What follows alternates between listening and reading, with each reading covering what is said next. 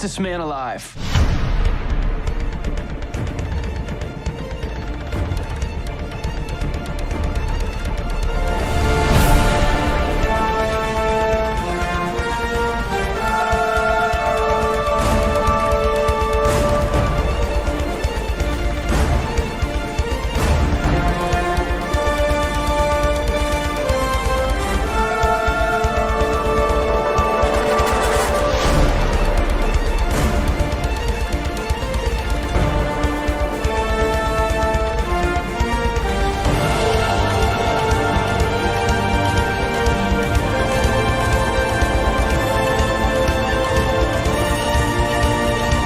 My name is Barry Allen.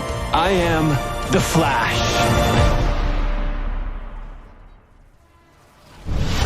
Welcome to DC FanDome. I'm Chancellor Agard from Entertainment Weekly, and this is the Flash panel. Joining me today, we have Grant Gustin, who plays the Scarlet Speedster himself, the Flash, aka Barry Allen. Candace Patton, who plays reporter extraordinaire Iris West Allen. Daniel Panabaker, who pulls double duty as both Caitlin Snow and Frost. Carlos Valdez, who plays the ever-quotable mechanical engineer, Cisco Ramon. Daniel Nicolay, who plays meta attorney Cecile Horton. Brandon McKnight, who plays enthusiastic scientist Chester P. Runk. And Kayla Compton, who plays Central City citizen intern Allegra Garcia. Also, we have showrunner and executive producer Eric Wallace. Hi, guys. Hi. Before we talk about season 7, I do want to go back through season 6, which I think was a really unique year for the show. Because Eric, you came into the season, you decided to split the season into 2 parts. Looking back on it now, how successful do you feel that was? How effective was that? I thought it was really successful. It gave a new energy, I think, to the season. In the first half with Bloodwork, we were able to really drill down on Barry's story and on dealing with crisis.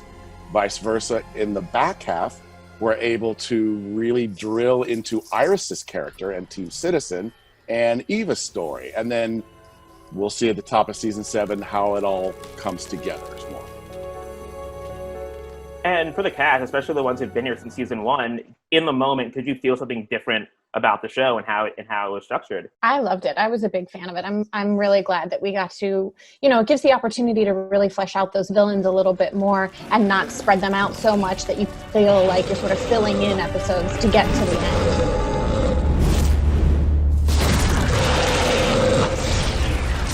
Yeah, I think a show needs to change in order to grow.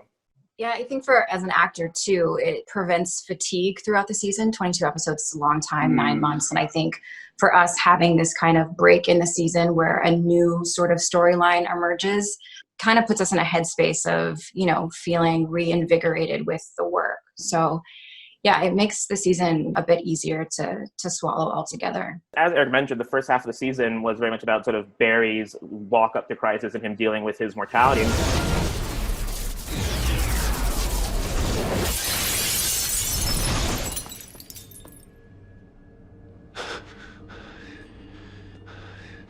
I don't know how you're doing this. Real or not, I'm coming for you. And yet, I'm not your foremost concern, am I?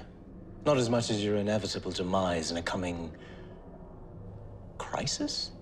Goodness, you really are full of surprises, aren't you? So tell me, when you saw all those permutations, billions of possible futures all ending in your death, what role did I play?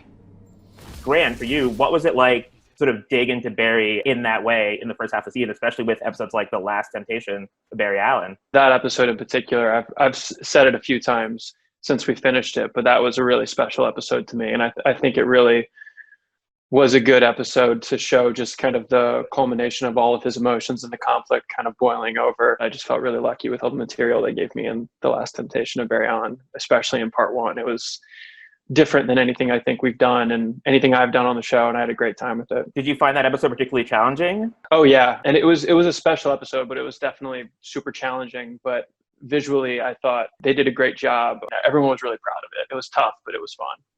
And on the flip side, we dug a lot more into Iris as a journalist. For you, Candace, what was it like to sort of explore that side of Iris in more detail? It was a long time coming. I think we've kind of teased Iris being this ace reporter since season 1. It's always kind of been put on the back burner. So it was a nice treat to finally have it be at the forefront of her character arc for the season. It's such a male-dominated cast. I love these guys, but having more women and having this kind of Charlie's Angels sort of, you know, reporter team, it was really cool. It brought a new energy to the show, and I hope we carry on with that in the next season. I do want to dig more into that because a couple fans had some Team Citizen questions that we'll get to towards the end. In this season, I guess, did you feel like you discovered something new about Iris through this material? She has this conversation with Barry as Mirror Iris, but I think it's very indicative of how real Iris truly feels, which is that, you know, she can't always be, you know, the victim, and she's not always looking to be saved, and that she has to go out there and kind of have her own agency and do her own thing. And I think it was, you know, words that came through Mirror Iris, but it's very true of real Iris needing to have her own agency and her own life and her own mission. And so that to me was kind of the spark of Iris kind of taking over her own life and, you know, still loving Barry and still wanting this deep, meaningful relationship, but kind of separating it away and saying, I have to do my own thing. I have to chase after villains. I have to chase after stories, no matter how dangerous it is. You put your life on the line to protect your city. And so I feel like I should have the right to do that as well, with superpowers or without. I was following up on a lead. So there. And you were following a lead in the middle of the night? I mean, something could have happened to you. That, Barry, that right there, that's why I didn't tell you. I don't need you to save me. I can handle myself. How did you sort of make sense or separate in your mind Iris and Mirror Iris when you were playing them? Iris and Mirror Iris, we wanted it to feel like we didn't know who was who. We wanted the audience to believe that Iris and Mirror Iris were almost identical. And as this season kind of progressed, we see these kind of chipping away of Mirror Iris becoming more and more sinister and evil and kind of being taken over more and more from Eva. So a lot of it came in the script of just letting the scripts progress and letting Mirror Iris become more and more sinister. That's episode 611, Love is a Battlefield, in There it which goes. Oh yeah. Iris gets to break a bottle over a dude's head. How awesome was that? Fun, yes. It was super fun. I mean, that really culminated in the Barry versus Mirror Iris fight, which is something we've never seen those two characters do, or in a situation like that with each other.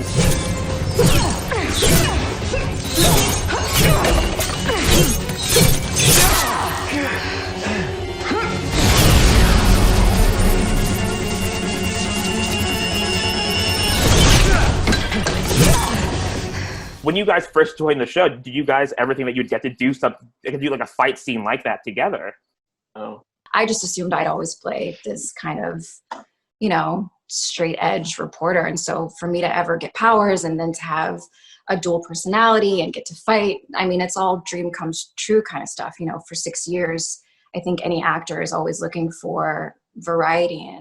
And on the subject of new things, I mean, this season we got 2 new characters with Chester and Kayla, and we have 2 now series regulars coming into season 7. How was your experience sort of coming into a show that's sort of 6 seasons in and sort of finding your way through it? I was intimidated for sure. I knew these guys were a family and I was nervous. I think it was Danny was one of the first people that made me feel so welcome. We were shooting a scene and it was really hot, and she just took me under her wing instantly. And I remember she was like, "Do you want to take a picture?" And I was like, "Do I want to take a picture with you?" Yes. And then I got the courage to like ask other people to take pictures because she had like made me feel so welcome instantly. So that transition was really lovely for me. I was a big fan. I am a big fan of the show, and I watched the show. The Flash is my little sister's favorite superhero. So we watched the show since season 1.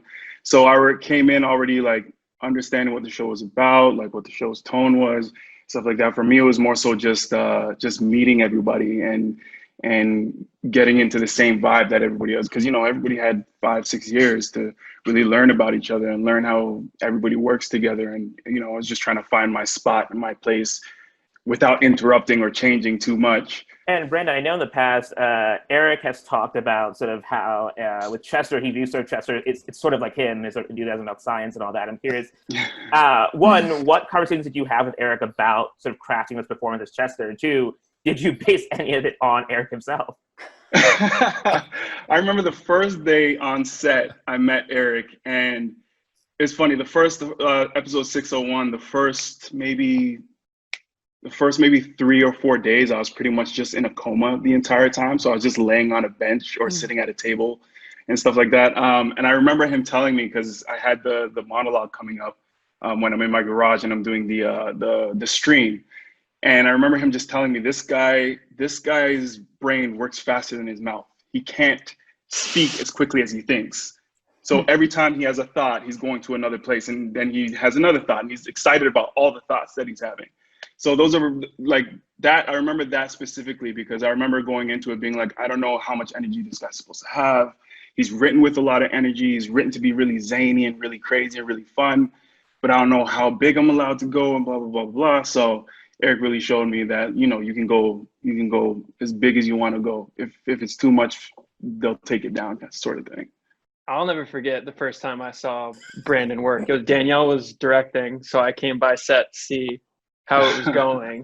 And they were shooting the montage of like, you had just woken up and you were like, exploring Star Labs and checking all the equipment. Yeah. And I don't think I'd even met you yet. I was looking at you on the monitor. Yeah, that was the first day we met, yeah. Yeah, I mean, I think I came in and said something to you because I said to Danielle, like, this dude is incredible. Like, you were doing things that, you know, I wish I could get to do on the show, and I certainly wouldn't be able to do them the way that you can do them. So I was super impressed. It was so fun. I mean, I remember that scene too, that sequence. I had such a good time, and I feel like we shot a lot more than ultimately ended up in the episode. But we were just having such a good time with it. But I also remember in 601, we saw your monologue. I think it was certainly before I'd had any scenes with you. And I feel like we watched your monologue and we all looked at each other and we're like, oh, he's great. Like, so you really came into the show with a lot of love. Hey, what up, party people? Welcome to a world where all are welcome and anything, including the scientifically impossible, can and probably will happen. I'm your boy, Chicka Chester, world with knowledge from the bleeding edge of physics and beyond.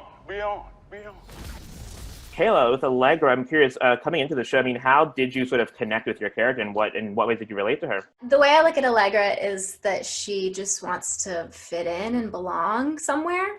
And I just super resonate with that.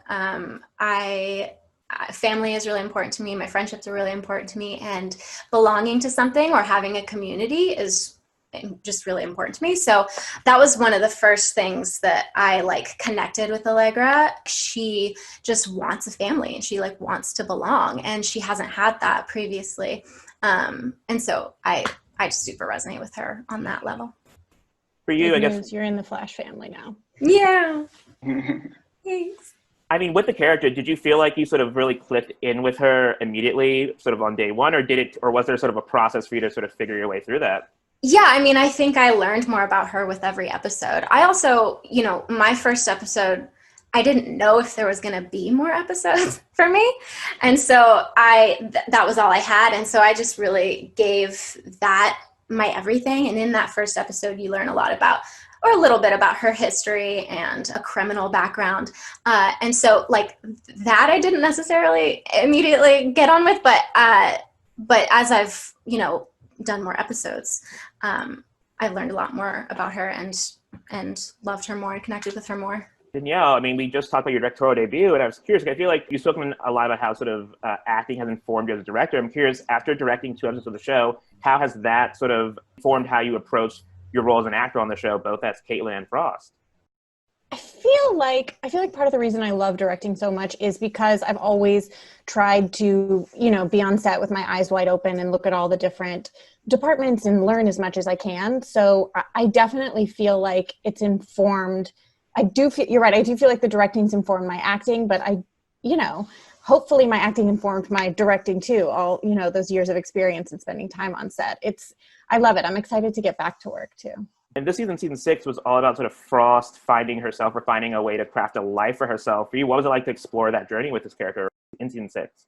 It was great. It was really fun to get to explore Killer Frost as a real character and a person and a human being with feelings and emotions, and not just necessarily this person who, you know, pops up for a fight and then disappears and we don't really know her perspective on things. So it was really fun to get to dig in and flesh that out and have a little bit of fun with it. You know, like Candace was saying earlier, it's nice to have the variety after, you know, 6 seasons and we're rapidly approaching 150 episodes. For you, I mean, what do you think is sort of the next step for Frost in her sort of development? I'm excited because it sounds like Killer Frost is going to go on a date soon, and I'm really excited to see that. That might happen. Do we think she has the best table manners? Probably not. And Danny, I mean, again, on the subject of change, this season for Cecile, she sort of decides to become a meta attorney for metahumans. For you, what has it been like to see this character evolve from when she was initially introduced to where she is now? You know, she went from being a regular person to having powers, but then those powers evolving, and they continue to evolve every season. So it's fun for me because every time I get to explore where it's going. And since I joined the show a couple seasons after it started, I always sort of felt like coming into it, my job was to figure out how I can be whatever puzzle piece is missing. Everyone else on the show's already so amazing, and their characters are so well fleshed out that I'm always trying to figure out where Cecile fits and where she can support the team and where she can support the show in its entirety. So it's a blast for me because I got to be a regular person, and I got to be a telepath, and then I got to be an empath, and then now I am a meta defense attorney. And then from what I understand, there's going to be some shifts next season too. In shooting those scenes where her empath powers sort of come into play, how do you sort of go through that as the actor? Do you like sort of imagine like the sound we eventually hear on TV, or how do you? It was a little hard to kind of wrap my head around in the beginning. I think it's hard for anyone to play powers, whether they're coming out of their hands or they're inside or somewhere in the middle. I think just as an actor, you have to go back to basics and believe where you're at and completely invest in your character's reality.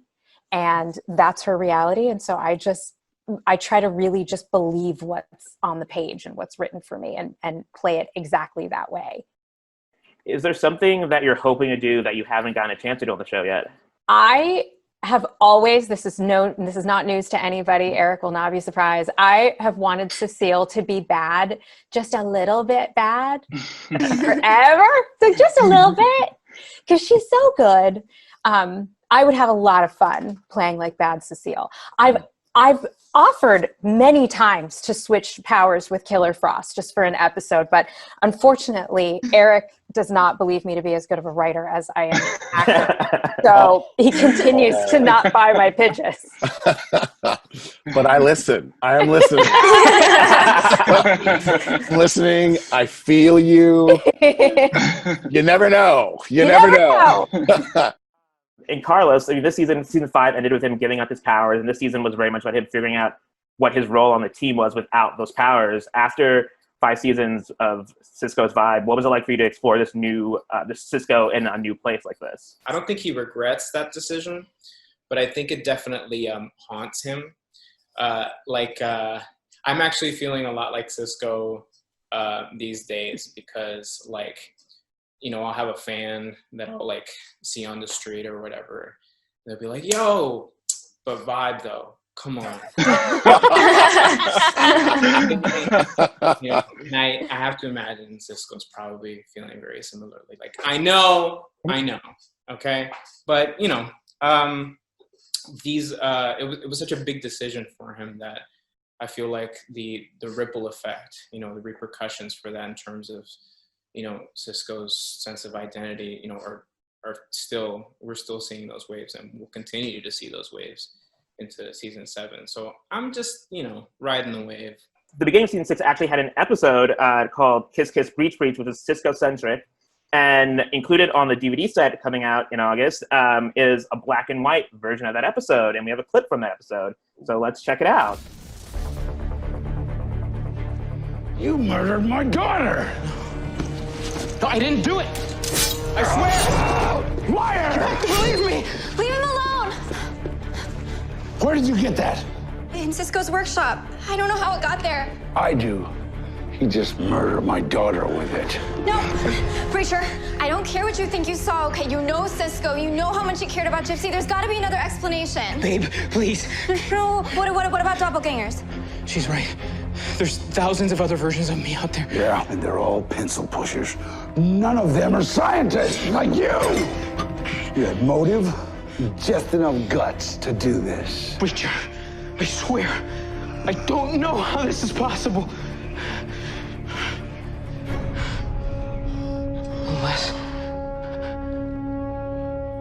Unless it breeds psychosis. Camilla, what time did you find me sleepwalking the other night? I don't know. Maybe 4 a.m.? Oh! You're guilty! But you're not in your right mind. I didn't just lose a daughter today. I lost a son. Because I still respect the man you were.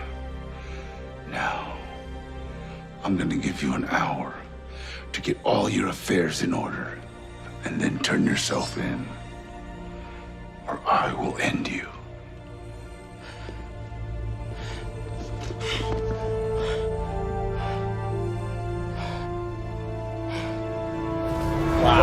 Wow, right?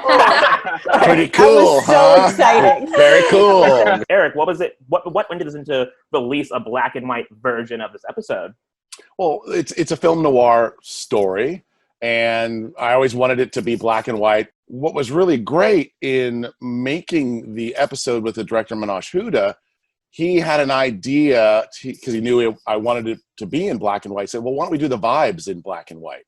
And it's something that Carlos had always talked about, is how you could do vibes differently and how unique that could be as a directorial challenge. And Carlos was saying how even way back in season 1, that was something they needed to figure out.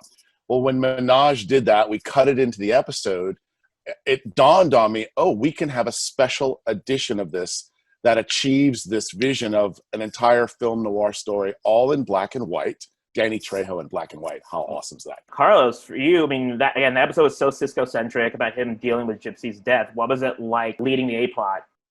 So gratifying to my budding narcissism. You know, getting to work with Danny is always like such a pleasure. And also getting to like really sort of navigate the relationship with Camilla too. I felt like at that point, like, you know, the relationship was progressing and it needed to like, you know, reach a major crucible or something. And I think that episode definitely did that. And it was a perfect way to like sort of demonstrate how these two are compatible. So yeah, it was very gratifying. And the last time we saw Cisco in the season, he was heading off to Atlantis. I'm curious, in your mind, have you sort of thought about what Cisco does, what someone does in Atlantis when they visit? I just like, you know, chatted up with the dolphins and stuff. Like definitely, you know, probably some, you know, Aquaman action in there somewhere. You know, I hope Cisco comes back from Atlantis soon, because Atlantis does not pay as well. So. And on that note, we also have a sizzle reel for what's to come in season 7. When we last left off season 6, Eva McCulloch had gotten what she wanted, and she framed Sue. And the sizzle will sort of tease what's to come when the show returns. So let's check out that clip. I've achieved my goal. This company is all mine. You lost your speed? You're not much of a threat, are you? You just stay out of my way, Flash. Iris is my wife. I have to save her. What are you? I am a product of your broken mind. How much speed do you have left? Enough for a few hours. I need your help to build an artificial speed force. That's how I can get my speed back. I was an empath too, only I never held back. What did you do to me? Imagine what you'd become if you weren't so afraid. This time, no one is coming to save you. Not your friends, not your husband. There's only 2 options in this place: survival or madness. Not real, not real. You lied. Yeah, I lied. Oh, frack. There's a supersonic jet about to crash over the city. And the Flash isn't fast enough to stop it. Eva can move anywhere, through any mirror in the universe, in the blink of an eye. She's faster than I am, and somehow I'm supposed to stop her? I have unfinished business and a whole world to liberate. We need a plan. We've all lost so much this year. Some things can't be taken.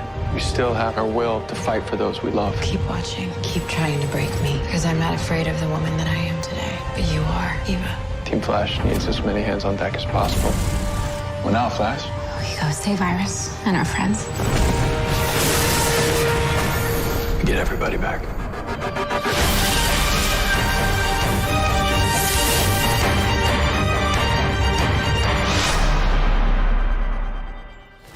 Eric, can you talk about what we're seeing there? When we had the shutdown happen, as unfortunate as it was, we were on the last day of filming for what would have been the 20th episode of last season, which now will become partially the first episode of season 7.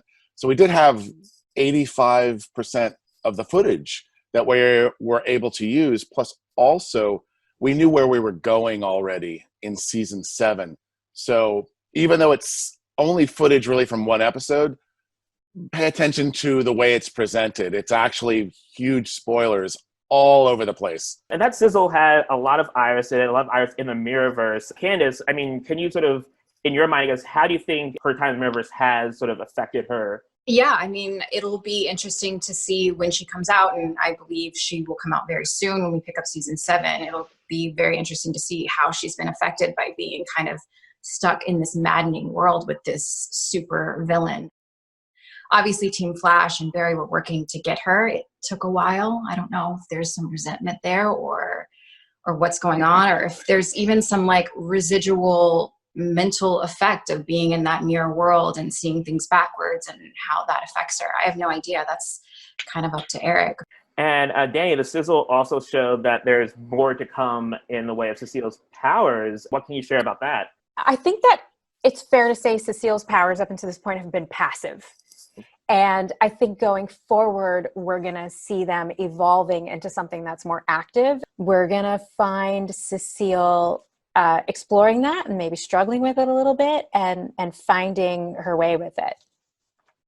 And possibly getting herself into some trouble in the meantime. Definitely. Chester becomes even more integral to Team Flash as sort of Team Flash sort of coming back together. What can you say about Chester's sort of the role that Chester will sort of fill on Team Flash?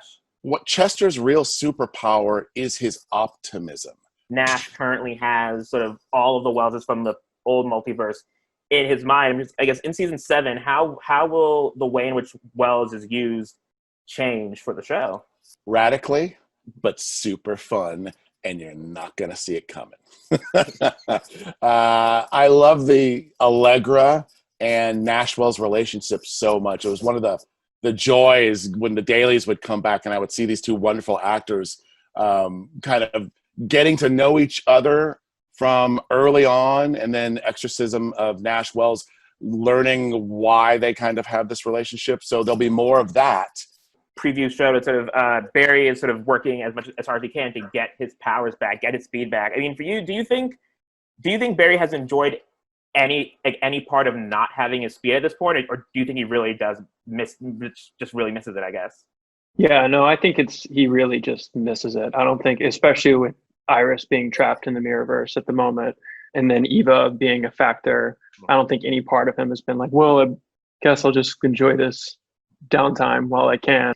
I think he genuinely not just wants his powers back, but he feels that he needs them back. And he's also started to feel that they define him, and what is he without them? Yeah, I mean, it's taking a toll on him, just mentally. Big bads for season 7. Eric, what can you tease about who these new, or who, I guess, at least the first one, who they will be, and what and how they will sort of challenge Team Flash in a new way? Wow, I don't like spoilers. Let's just say there was a certain speedster who wore a white costume whose clones kept showing up. And it really, Team Flash had to deal with that, but we never caught the real guy or girl, right? Who knows? Let's just say we might find out that mystery this season. Spoilers, I mean, without spoiling, it's for you, what makes Godspeed an interesting villain for you? Just on, I guess, without getting into sort of what the show can do with it, but just like coming to the season, what was it about Godspeed? You're like, oh, there's something there for that. Two things. One, the current run of the comics that Joshua is writing is terrific. And I want to make sure that new fans, especially new young fans who are reading the comic book right now, are welcomed to the show. So it's not just Silver Age villains and Bronze Age villains. There might be a young girl or a young boy who is reading those Flash comics right now and going, where's my villain, my generation's villain? Who is this guy anyway? An old family friend. His name's Godspeed, and he's from the future. I want that same experience for a young person now to go, well, my villain is Godspeed. He's only 8 years, he's only been around for 5 or 8 years or so. So bringing him in is very important to me to expand the audience. That's number one.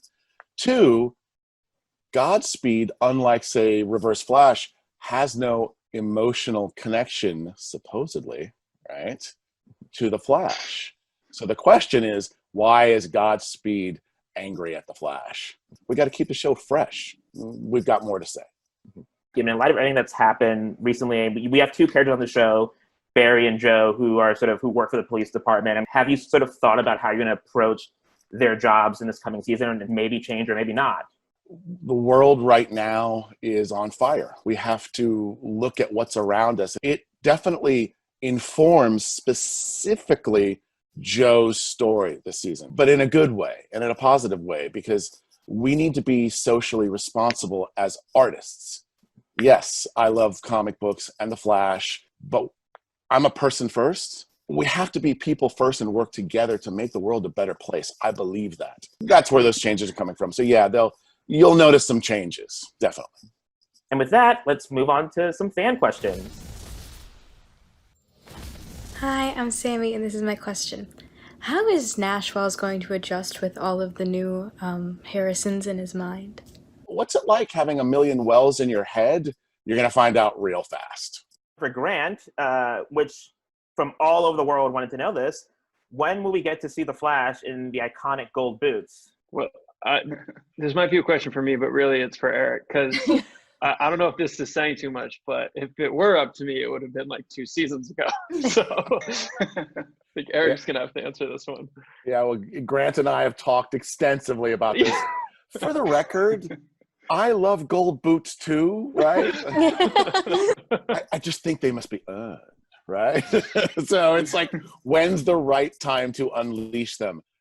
I think a story is the best way to unleash them. So I'm determined to get you your gold boots, Grant. I promise. I just can't say when, but it will happen. I promise. Christmas is always a good time to give gifts. And from South Africa, this is a two-part question. First, as a leader of Team Citizen, how will we see Team Citizen evolve once the show returns? I don't know. That's more of a question for Eric. Yes, you'll see much more of Team Citizen investigating a very specific thing that I can't talk about right now because I feel terrible, but it's true. It's true. But they've got a lot of fallout because the leader of Team Citizen is in the Mirrorverse. So what's been going on with Team Citizen while she's been gone? I think they need to start there. And the second part of that question, can we expect to see more of the mentorship relationship between Iris and Allegra in more of the Team Citizen office? I hope so. I would expect so. I think if we're going to be spending a lot of work time together, I think it's only natural for two women to have an evolving relationship. And I think we've already kind of seen that grow in season 6. And I hope there's more of that in season 7. I think it's a great opportunity for a really beautiful female relationship and friendship. What could need our attention more than this? Your cousin was a victim, Allegra, and now some secret organization is using her. I mean, how many others are they using? We need to help them. Right. I mean, no one wants to find out what happened to Esperanza more than me, but is this really what matters the most to you right now? Yeah. Now, come on, get your stuff. Camilla is going to see if she can recover any other photos. You and I have a stakeout date. You're the boss. Yeah, I echo that. I echo that. I'm really looking forward to that. And I think it's got to happen, right? Especially as we've expanded Candace's story, Iris's story. I think this is the first time Iris has ever had someone come under her, right? So this is a really good opportunity for lots of new fun stuff. Last season, we got to see some romantic moments between Barry and Iris, even though it was Mirror Iris. Will we get to see more of that with the real Iris this season? And this question comes from Jamaica. Iris will be getting out of the Mirrorverse shortly after we return with season 7. So regardless of what exactly that's going to entail, we're going to see them together a lot more next year than we did last year. They will find their way back to each other eventually. A lot of the romance and the chemistry between Grant and I has always been something even deeper than that. It's the way we look at each other and the way the characters are written. And Grant, this one's for you. We have some amazing Flash fan art and cosplay to show you. Okay, guys, right now I'm looking at a cosplay fan art of Vladimir Moriso. I hope I'm saying that right. He's from California, and this thing is epic. Honestly, he's got a better superhero pose than I think I've ever had for a Flash photo shoot, so I could learn a thing or two from Vladimir, I think. All right, I love this one by Shannon Beltran from the UK. It's me and my bud Wally, Keenan Lonsdale. I love this moment when we were reunited and we did our fist bump. I think it was scripted as a fist bump, which we were happy to do, but then we were like, I'm hugging Keenan. This is awesome. Good job, Shannon. Hamlet Roman from Colombia. Awesome image of Barry, myself as Barry, running up a building, and the season 2 suit, I believe, season 2, season 3. This thing is really cool. God, you guys are talented. Well, that'll do it for us today. Thank you all for joining me for this panel. I had a really good time. For everyone watching, please make sure you tune into The Flash when it returns in 2021. And again, remember that The Flash, the complete 6th season, is available now on digital and comes out on Blu-ray and DVD on August 25th.